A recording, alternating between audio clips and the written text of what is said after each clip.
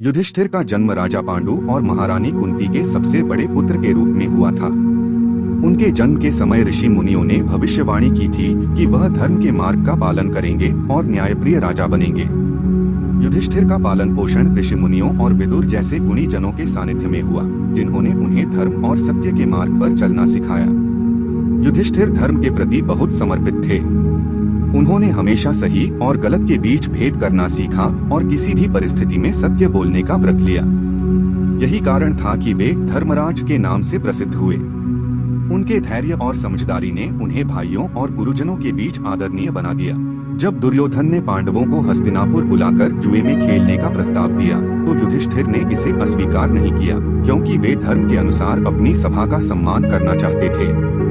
दुर्भाग्यवश वे कौरवों के छल में फंस गए और अपने राज्य, धन, यहाँ तक कि अपनी पत्नी द्रौपदी को भी हार गए। इस द्यूत क्रीड़ा में हारने के बाद पांडवों को 13 वर्षों के लिए वनवास और 1 वर्ष का अज्ञातवास करना पड़ा। युधिष्ठिर ने वनवास के दौरान कड़े संघर्षों का सामना किया, लेकिन उन्होंने अपने धर्म और सत्य का साथ कभी नहीं छोड़ा।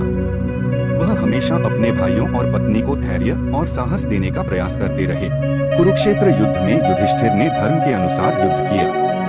उन्होंने अपने भाइयों को प्रेरित किया कि वे केवल धर्म के लिए युद्ध करें, न कि बदले की भावना से। अर्जुन, भीम, नकुल और सहदेव उनके इस दृष्टिकोण को मानते हुए युद्ध में सम्मिलित हुए। युधिष्ठिर ने युद्ध में हमेशा सत्य और धर्म का पालन किया और उन्होंने अधर्म से जीतने के लिए कोई भी गलत उपाय नहीं अपनाया।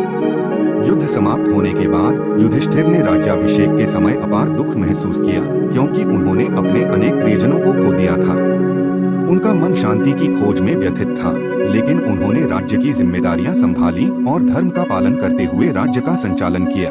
राज्य चलाने के बाद युधिष्ठिर ने धीरे धीरे सांसारिक मोह त्याग दिया और अपने भाइयों के साथ महाप्रस्थान के लिए निकल पड़े। हिमालय की ऊंचाइयों की ओर बढ़ते हुए उन्होंने धर्म के अंतिम पथ का अनुसरण किया। स्वर्गारोहण के समय युधिष्ठिर एकमात्र ऐसे व्यक्ति थे जो अंत तक जीवित रहे। अंततः धर्मराज होने के नाते उन्हें स्वर्ग में स्थान प्राप्त हुआ। युधिष्ठिर की कथा हमें सिखाती है कि सत्य और धर्म का मार्ग कठिन हो सकता है, लेकिन अंत में वही मार्ग हमें सच्ची शांति और मोक्ष प्रदान करता है।